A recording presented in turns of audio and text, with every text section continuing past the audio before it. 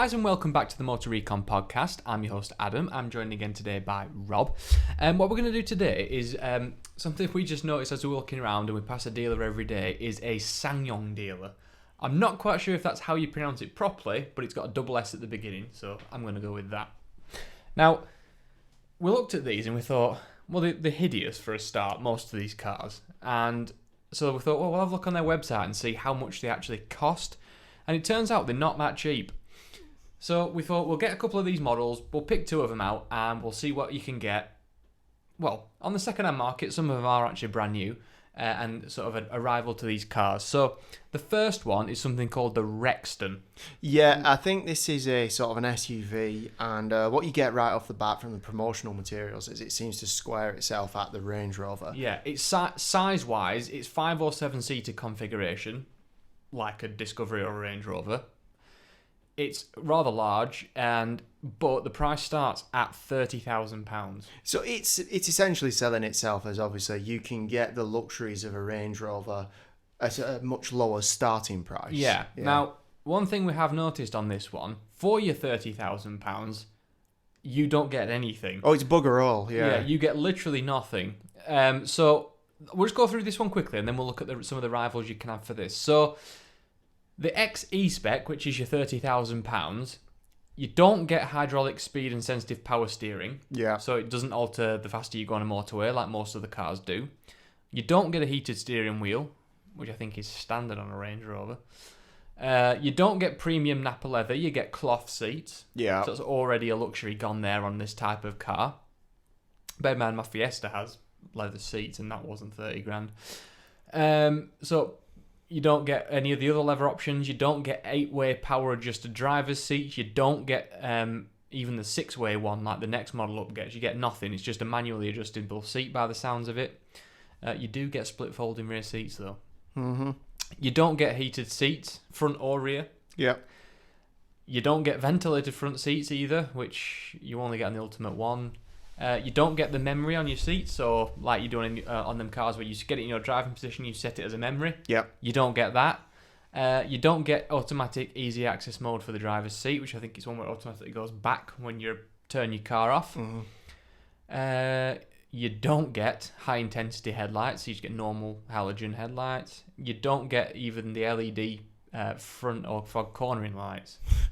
So yeah, we really are sort of getting down to bare basics here, aren't we? For 30 grand, I might ask. yeah, you don't get LED cabin mood illumination. I know that's not a key feature, No, but again, even an 8 grand Fiesta has that. If I'm being honest, and this is something as well, if I'm spending 30 grand on a car, whether it be sort of standard spec or not, I would probably want leather. On a car of this type, yes.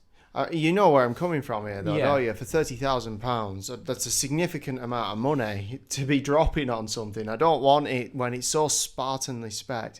And what was the infotainment system? It was something hilarious, wasn't it? Yeah, it was so really bad.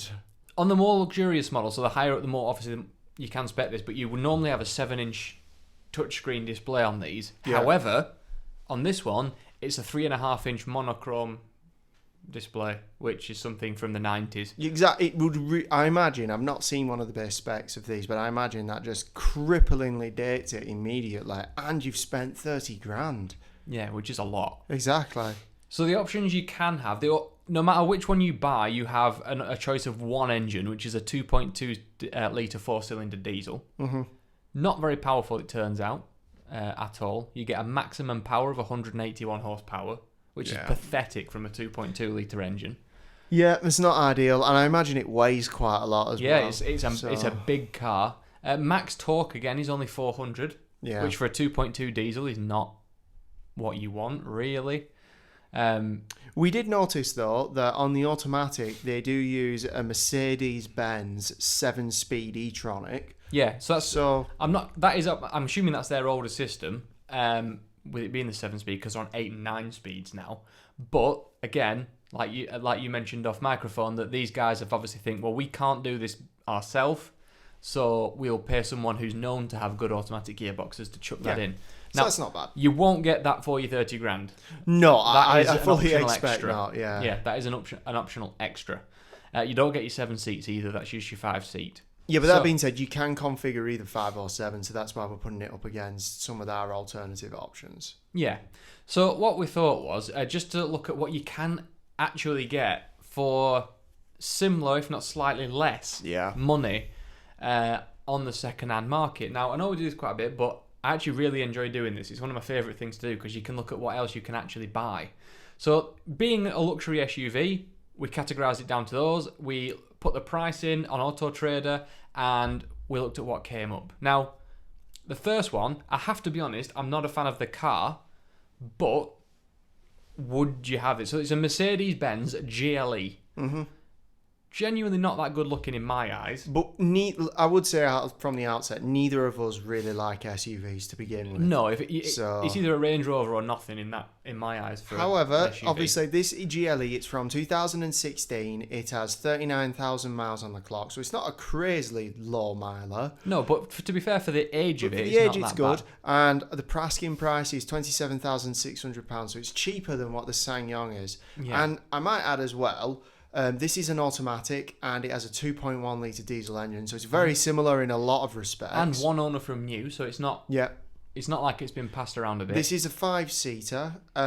Also worth mentioning, obviously, this is an automatic. So the SsangYoung, you get the Mercedes-Benz 7-speed gearbox. Why not have that gearbox and the rest of the Mercedes car chucked in for the price? The other one had nothing in terms of kit, but with this one being a couple of years old, it's had its depreciation hit. This has everything. So it's got your Apple CarPlay, your sat nav, your panoramic roofs, your heated seats, cruise control, electric seats, all your USB and aux inputs. It's got LED day running lights, which again have to have a standard now, but climate control, yeah. It's got everything, rain sensing wipers, all your Bluetooth and all that kind of stuff. Now, full leather again. And running boards. And it has just gone through its MOT as well. Yeah, memory seats. So, yeah. Everything. So, and I might add, it's making that 3.5-inch monochrome display looking for £30,000 looking rather shabby, it's isn't even it? got parking cameras. It's got active park assist. It's got your electric windows, braking assist, proper alloy wheels, all that kind of stuff. And, like, to me, fair enough, I'm not a massive fan of the car, but if you were going to spend money on a SsangYoung, why would you not just get something with, fair enough, I'm not usually a badge snob in that sense. No, but there are limits. There's a limit. There are limits. And as well, but also, this is better looking. I it's don't looking. like it, but it is better looking. You're getting a hell of a lot more car for your money, and you're getting a brand that is known for sort of build quality and all the other things. Probably reliable as anything, really. Yeah, honestly, I can't see. Yeah, I think for the first car we stumbled across, I think we already proved our hypothesis of. Yeah. Now, again, Auto Trader, as we mentioned in previous podcasts, they look at pricing on what they compared to in rivals. So, and this is looking at a good price. So, it's a good, fair price for this car compared to what others on the market are for sale for. So, quickly moving on, just a couple of others we can get. I won't go into detail, but there was another Mercedes GLE, this one from 2017, with only 31,000 miles on the clock for 28,000. So, 29,000 just under. So, cheaper, again, than the SsangYoung. Has even more kit and in a much nicer colour and spec, if I say so myself, because it's got the AMG kit on it. Yeah, and a 9-speed automatic. Another one we're looking at, probably one of the crowd favourites, is an Audi Q7. Yes. In this sort of class, again, 66 plate, £29,500. And this is a very low price, according to it's only got 14,000 miles on the clock. Which is very impressive. For the age of it as well. Again, this has a lot of optional extras. We're not going to go into all of them, but you know the standard cruise control, basically what we said on the Mercedes. Heated seats. Yeah, all that again. You get the gist of it. And it's a good value for money yet again. And it's a 3-litre, this one. Yeah. Again, one owner from new. Can't complain at that at all. Nope. Very good looking, very nice clean spec as well, in all white with just the nice wheels. This one, probably out of the options, I might be inclined to pick this. But a 2017 Land Rover Discovery. Yeah. Now, again, not a massive fan of the looks of it from the back, but the side and front I don't mind. It's a very basic spec for what you get, but it is quite new. I think this is the one to choose if you are genuinely going to do some off-roading. Yes. I think this car does. I have driven a Discovery off-road, and nothing stopped it. So I have to say, yeah, if you're actually going to go off road, this is the one you should get. Again, you get the badge. Yeah. Land Rover is obviously it's a very, very popular brand in terms of Land Rover, sort of Range Rover, JLR, yeah. Yeah. The thing that drew us into this is obviously it's got a 2-litre diesel automatic, so it does square up against the SsangYoung quite well. 7 seats again as well. So it's you a little can fit newer. people. It's a little newer. It comes in at exactly the same price as the SsangYoung at £29,950, but it's only got 12,000 miles on the clock. Yeah, so in my mind, I know it's 2017, so it's like it's getting on for 3 years old, depending on what time in 2017 it was registered. But 12,000 miles, it's barely. It's barely been running, hasn't it? Yeah, really? so it's like it's new. That's it. And again, it looks immaculate. You can't complain at that one. Again, another Discovery, exactly the same price, but a much nicer spec, if I say so myself. It's got bigger wheels. It's a white colour. It's got the sort of a bit more of a classy design to it. It's got the rear spoiler on as well, which looks quite nice. Yeah. I don't like the back. Again, but it seemed that we came in at roughly sort of 14,000 miles, which is 9,000 miles below the average for a car. Well, for the car of this age. Again, 7 seats, the 2-litre diesel, same as the other one. Yeah. But obviously with the Land Rover, it's got leather seats and all your. But as you said, I think the key takeaway from this one is obviously that is something that's a proven off-roader. Where you might say that the Audi and the Merc have good brand recognition for people who care about that, and they're great on the road at what they do. I think the Land Rovers and what's coming up now, the Range Rover, are options if you're going to actually get muddy with them. Yeah. Now, these ones are slightly more expensive and, well, the same price as the SsangYoung with your 29,900 whatnot, but they are older. So this is 2014. Yes. Range Rover Sport, 3-litre V6 diesel. So it's a much better engine. Full service history. Only 2 owners, to be fair. Yeah. And only 28,000 miles. Yeah, so it is on good mileage for the age. As you say, it's actually 26,000 miles below average for the car of this year. Yeah. I would say as well, it looks in very good condition. Doesn't look ancient. No. So, fortunately, for if you were looking to buy this, the styling of the Range Rover from 2014 to present day hasn't changed all that much. No, not so at all, really. If you did care about such things, you could stick some private plates on that, and I don't think too many people would notice. No, it's just the interior where it's been updated slightly. But again, while it being 2014, Range Rover at the time did have all your things on it that you'd expect, all your electronic seats, it's got your full panoramic roof, everything you want, really. And when you look at the promotional photographs that SsangYoung have to promote their car, it's clear that they're going after that Range Rover life. Like, didn't they have one trying to tow a boat or something? No, it had a horse box behind it, didn't it? Yeah, which a lot of these are used for, aren't they? Why not, if you were dead set on having that image, go for the real deal? Sure, it's 2014, but you're getting a proven off-roading brand, good brand recognition, and plenty of spec to boot. Yeah. Now, the slightly what I would consider not the riskier option in that sense, but I don't think you'd lose too much money on this. So again, 2014, but this is a proper Range Rover. Yeah. So it's a Range Rover Vogue. I think 2014 was roughly when this new shape came out. So roughly around then. So yeah. It's getting there. This is a lovely spec, dark blue, cream leather. Absolutely stunning. So cream leather, dark blue, full, as you can see, full carpets on the even side trim. It's got everything you want. This is bang on £29,000, and this is considered a low price. Yeah, for this. But where this one is, what I would say ahead of the game is it's a 4.4 litre V8 diesel.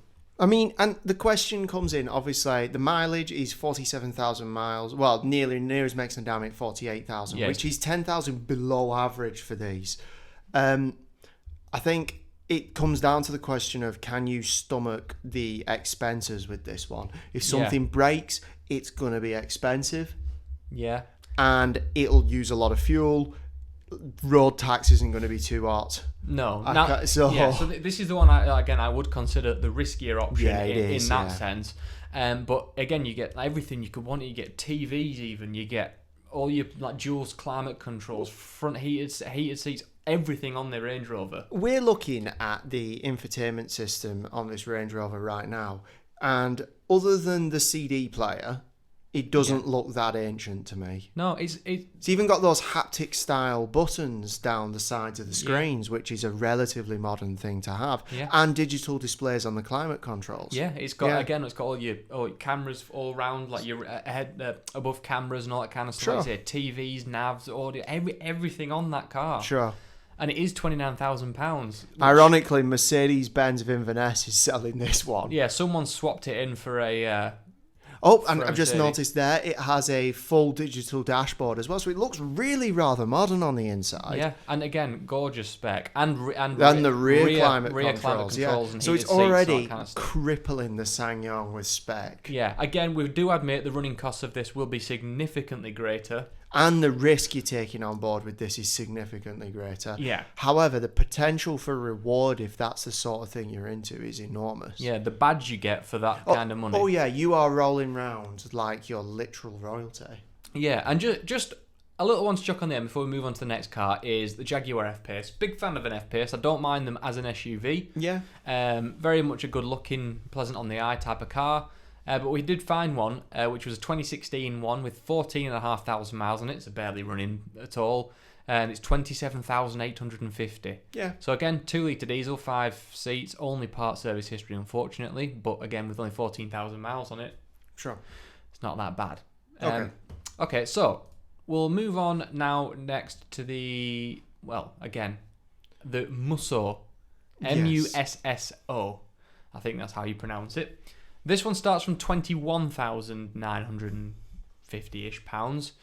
Again, EX models, you're not getting anything on it. I would say it's similar to the low-end spec of what we... so we don't need to go through the whole list again. Well, it's even worse because not only do you not get leather seats, even in the sort of better specs, it's fake leather. Yeah, even in the higher specs, it's fake leather. So you're never getting leather. No, which some people might like. No, you're quite right. If you are of that mind, if you're a vegan, sure, yeah. But I also think that I can't imagine it being particularly pleasant. No. Pleather. Do they call it pleather? Yeah, but I mean, I'm sure that I think Tesla do a pleather that is really rather good. Yeah, I can't imagine. So I can't imagine this being on the same level, but it might be. You don't even get LED day running lights. Well, yeah, so I mean, they'll just be halogen stuff, won't they? Yeah. You don't get cruise control. To be fair, on a base spec, you don't get that many. You do get hill descent control on this. Yes, which you don't actually get on the other model. No, so you do get that. So this one's actually a pickup truck, I should specify. This isn't like an SUV type deal. This is a pickup truck, sure. You don't get DAB radio. You don't get your 8-inch touchscreen. No, to be fair, you do get a DAB radio with Bluetooth connectivity, but you don't get the smart audio to screen and a rear view camera. So actually, it's two options as well. You get that's actually really good. I've just noticed on the higher spec. This is not on this one. The sat-nav built in is TomTom. Okay. They actually are very good at TomTom. I'll give them the credit for that. And again, also, partnering with someone who actually knows what they're doing. Oh yeah, exactly. I think there is a lot to be said for it, and I think how far SsangYoung has probably come in the amount of time that we've known about them. In another 10 years' time, maybe we'll be discussing them as a real contender. Yeah, as long as they improve the styling. If they continue improving at the rate that they have been developing, I don't see any reason why not. No, I don't either, to be honest. So, sure, is it in a position now where we would put our money on the line? No. Not at all. Let's see what the next 10 years bring. Maybe they get into racing. Maybe they get some, Yeah, who knows? They might have to. Yeah. But again, just looking at a couple of things, you don't get roof rails, which might be important on a vehicle like this because it's a utilitarian vehicle. Yeah, exactly, yeah. You don't get the side steps, you don't get... it's easier to just say what we do get. So, you basically get... full-size spare wheel, which actually is good to not have as an optional extra. On a car like this? Yeah. Absolutely. You don't get projection headlamps. But anyway, basically, you get absolutely nothing on this car unless you're going for the actual top spec. But even if you go for the Rebel, like the next one up is called the Rebel, and even then there's a lot of options missing. Yeah, and then you get the Sark Ascent and the Rhino. The Rhino has everything on it except your forks leather. So you get pretty much nothing at all on this car. So what we'll do is we'll quickly look at some of the things you can get as a rival for this. Again, it is a pickup truck. So on Auto Trader, we literally just looked at pickup trucks that were available for roughly the same kind of money. Now, one did surprise me. So the first one we found was the Mitsubishi L200. Amongst the pickups, personally one of my favourites available. I wouldn't buy it, but it's one of my favourites. Yeah. This particular one is getting on for being brand new. It's only done 5,500 miles. Yeah. You get the covered rear, which again is important on a car like this. Stops people nicking stuff out the back as easily. It gives you options as well if it's raining, bad weather, and you need to keep it dry, whatever it might be. It's a 2019 car. This is a new car. Yeah, it's in a lot of ways. 2.4 litre diesel engine, again, which is fine. I got one owner from new, as you'd expect, with only 5,000. Oh no, actually, I stand corrected. I was reading the wrong one. It's 5,600 miles below average. Oh, sorry. It's actually got 3 miles on the clock. Well, then this is new. It is brand new. It is new. Sorry, I do stand corrected. Yeah, there. so I was it's a reading the brand wrong new one. car. Yeah, so again, it's probably just been sat at a dealership for a while and it's not actually Display sold. model, potentially. Yeah. But again, it's got everything on it. It's got your alloy wheels. It's got no leather seats, but then again, SsangYoung didn't give you that. No. You get Mitsubishi's famed reliability. And not to mention as well, we're looking at the infotainment system, which compared to what the SsangYoung is giving you, looks like it's light years ahead. Yeah, I mean, it is compared to some cars, but again, it's a utilitarian vehicle. This is a rugged vehicle. This isn't luxury. This is for farming. This is for, whatever outdoor activities. So you do get your touchscreen. Looks probably like a 7-8 inch touchscreen. Doesn't look too shabby. No, doesn't look fine. Manual gearbox, which might be important to some. It is better for off-roading in some respects. Depends how you look at it. It's and also also sometimes better for towing as well. It's also more dependable and reliable, potentially, long term. Now the SsangYoung is they did have a manual option. This is cruise control, I've just noticed as well. Yeah, it does have your cruise control. Yeah. Obviously, with it being brand new, it is immaculate. Yeah. Because it is brand new. But this one comes in at £21,588. So it's actually cheaper. Okay. And I'd have it over the SsangYoung. Look, even just at looks wise, full electric windows all around, electric mirrors, lane departure, whatever that is. Yeah. It's got that on it. I don't see why you'd want anything else really. So, next one, probably my favourite from the actual options available here, Ford Ranger. Yes. I actually have driven a Ford Ranger. Not bad cars. Very much your rugged off-roader as you'd expect. This one comes in at 22,170. Okay. So a little bit more, but 200 quid more. Yeah. But it is a 2018 car. Now again, 29,000 miles. If that is important to you, that's not too bad, but for the age, probably quite a bit. It's 12,000 below the average. It's above average. Oh, sorry, 12,000 above average. That's probably what's got this down into our price range. There. Yeah. So it is worth noting that this comes with significantly more risk than the Mitsubishi. And also I might add as well, you're going to be less likely to throw it about. I feel. You are. This one is more of a car. Yeah, that's the thing. The Mitsubishi, I would be happy to sort of do all the rugged and utilitarian things I would need to do. This is more of a car. Yeah, so this actually does have leather seats. It's got your much bigger touchscreen. I think it's Ford Sync 3 system just by just looking at it. It is actually good off-road. They're not bad off-road, aren't these cars at all. Mm-hmm. But this one's 22,170 as mentioned, but it's a 2.2 litre diesel, so it's the smaller engine available in this car. But one on from news. It's probably been used as a work car if it's got that many miles on it. Yeah. I'd imagine. Looks like it's got Apple CarPlay. It does. It has Apple CarPlay in it, which again, for a lot of people these days, is actually important. And that's obviously quite a lot ahead of the Mitsubishi, I'm guessing. Yeah, that did not have that. Yep, full leather trim as well, which is something else to note. Both of these we'll actually mention as well are both crew cabs, which means you get your double things like 5 seats as if you get in a normal car. Yeah. Which again is important to some people. Looks in great condition. Even the lower bed's not that. It doesn't look beaten up, does it? It does again have the cover. Yes. So which is important on this type of weather. Very true. Okay, quickly moving on now. I'll let you discuss this one because I know you quite like them. Yeah, Nissan Navara. So I do like these. Remind me a little bit of Dakar, which is always quite cool. Yeah, they are big, aren't they? Big off-roaders, as you say. I think this is new. Yeah. Essentially, it's the best way to describe it. We're in a similar situation to the Mitsubishi. So it's 2019. Newer. This is 69 plate. The other was 19. So has more miles on it, though. So it's 20 miles. So I imagine this is that's still delivery miles. I think it's sort of, potentially demonstrator model or something like that. It's got a 2.3 litre diesel engine, fully automatic, so it's not got a manual, this one, so if that is something that concerns you or not. And it also doesn't have the cab over the load bed in the back as well. It doesn't, no. However, it looks like it has a cover that you can pull over. Yeah, it does. So if you, Lockable cover. So it is obviously secure. It has Apple CarPlay, which is worth noting as well. It's got your full above cameras as well. It's got full 360 cameras, which might come in quite handy if you're doing a spot of off-roading. It's got digital climate controls. Really well spec'd out, this one, actually. Yeah, leather seats again. Yep, I could see this being it's very good, essentially, in a nutshell. It's obviously it's 22,295. Yeah, again, it's a brand new car. More. But the one thing I will say is, with it being brand new, I know a lot of people buy these cars on finance. And with it being brand new, you obviously get all your warranties and everything like you would get with the SsangYoung. Yeah. Which, again, very important for some people. Now, this is saying it's coming in at £394 a month on PCP. Okay. It's actually not that bad. No. Should you do it? And especially if you are using it as a work vehicle, because you don't want to stomach the depreciation as much, so you don't pay off that big lump sum and then lose it all. But yeah, it's got everything you could probably want on here for the sake of an extra £300. Yeah, so I think to summarise really what we found with this one, it's a case of, I can't really understand the expenditure for a brand new SsangYoung when on the second-hand market you can get things that are often essentially new cars, which offer you so much more for your money. And in the case of these two, the Mitsubishi and the Nissan, they are brand new.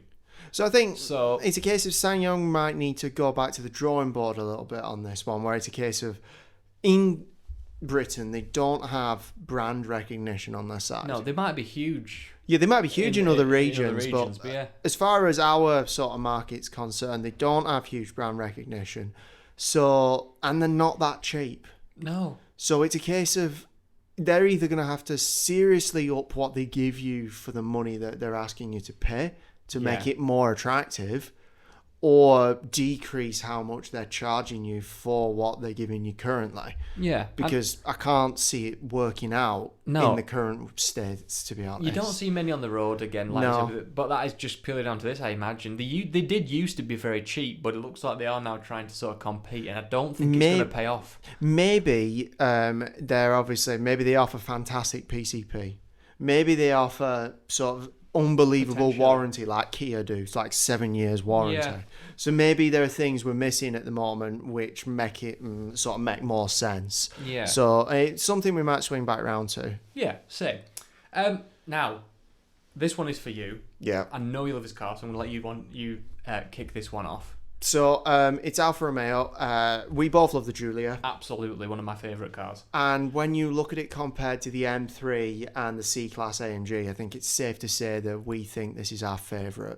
Oh, yeah. So it brings us, we're both very excited about the fact that they're looking at doing a Alfa Romeo Giulia GTA. Yes. So very spicy. Rumour has it roughly 620 brake horsepower. Yeah, now that GTA name is it is sort of an iconic name from Alfa Romeo. It's legendary. Yeah. So for them to be wanting to potentially use this name on this car, it's like Ferrari doing GTO. Yeah. This is going to be obviously their flagship car in terms of the saloon, and if it's the one we saw at Goodwood, the design wise, I love the livery on it. Yeah. Personally, nice. I think it actually suits the car very well. Yeah, very nice livery. Which is, if you haven't seen it, it's basically a white car with red stripes on the bonnet. It's got red around the front sort of intakes and around the roof, and a black carbon roof. It's very much in line with their Formula One livery that they've currently got going on. Actually, that's where. It's probably exactly.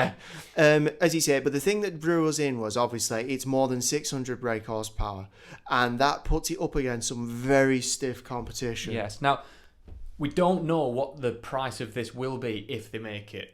We don't know, but given the current price of the Giulia Quadrifoglio now, I would estimate they might put, depending on how many they make, they might put it around £80,000 to £85,000. Yeah, you'll be getting close to 100, I expect. Yeah, but power-wise, crucially, this is going right up against the M5 and the E63. Yes. This has skipped the M3 and the C-Class. This is going straight for the big boys.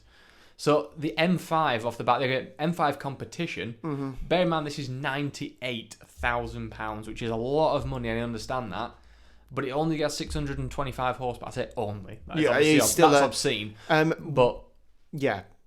The bit that interests me about this, obviously, is that BMW use a V8 for this. Yes. They use a V8 twin scroll turbo job, and yeah, that's how they get the 625. I'm assuming that Alfa are going to continue using their V6. I can't see why not. I can't see why not, because I don't think they currently have a V8 knocking about. The Stelvio uses the same V6 unit. Yeah. So I would expect it would be building on top of that. So maybe this would inspire BMW to up the amount of power they get from the straight six that they use in the M3 and start putting 6 pots into their sort of higher flagship ranges of the M5.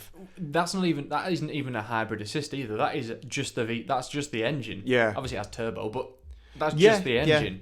Whereas if these guys are pumping out the V8. Now, the V8 might have more lower down torque and be a bit more of a wafting car like the 5 Series is supposed to be. But I'm thinking purely based on sort of obviously the way that emissions regulations are going and things like that. Yeah. Surely it is desirable for them to put a straight six in. Because let's face it, no one's complained about BMW's current straight six. It's found itself into plenty of different cars that aren't even BMWs, like the Morgan Plus 6. Yeah. So that's the bit I'm excited for. Yeah, so I think that's good. And again, another one that I think it will go up against in terms of power-wise is your E63S. Again, not even just the E63, this is the S model, like the competition on the M5. Sure, yeah. This is slightly cheaper than the M5 at £95,000, but again, it's only pushing out 612 horsepower. I say only, but 612 horsepower. So yeah, if rumours are to be true, then the Giulia Quadrifoglio GTA will be sandwiched right in between these two. Yeah. Also, as well, much lighter, given the fact that it's sort of your M3 size car. Much lighter. Both of these are over 2 tons. But it's not as practical because it's smaller. No. And nowhere near as luxurious as in for the rear passengers. So there's lots to consider. And I'll give them that. They are technically not rivals in the sense of the type of car, but I think price-wise they're going to compete on that level, and also power-wise they are definitely competing. They're rivals in the type of buyer. Yes. Because big time, saloons. exactly. Yeah. Big fast saloons. And, as you say, GTA. Yeah. That will hook in a lot of petrol heads. Yeah, and it will. And because the normal Giulia gets rave reviews from any journalist that drives it. It has its foibles, like most cars do, but it gets rave reviews. More people say it's even better than the M3. Yeah, I've heard that quite a lot. Yeah, and if this one comes out, which is lighter, because they're rumouring again to be even lighter than the normal Giulia, and more powerful, that's going to be a recipe for something pretty special. Yeah, as you say, because you can safely say you've got a Ferrari-derived V6 putting out over 600 brake horsepower in a lighter body. What's there not to love? So yeah, we're looking forward to that. I would agree on that, yeah. So once we know more, we'll obviously talk about that in a bit more detail. Yeah. However, we'll wrap it up here. Again, as always, if you have any topics you want us to discuss, let us know in the comments below on any of the social media links available, and we will do that for you. But if not, we will see you next week. See ya. See ya. Bye-bye.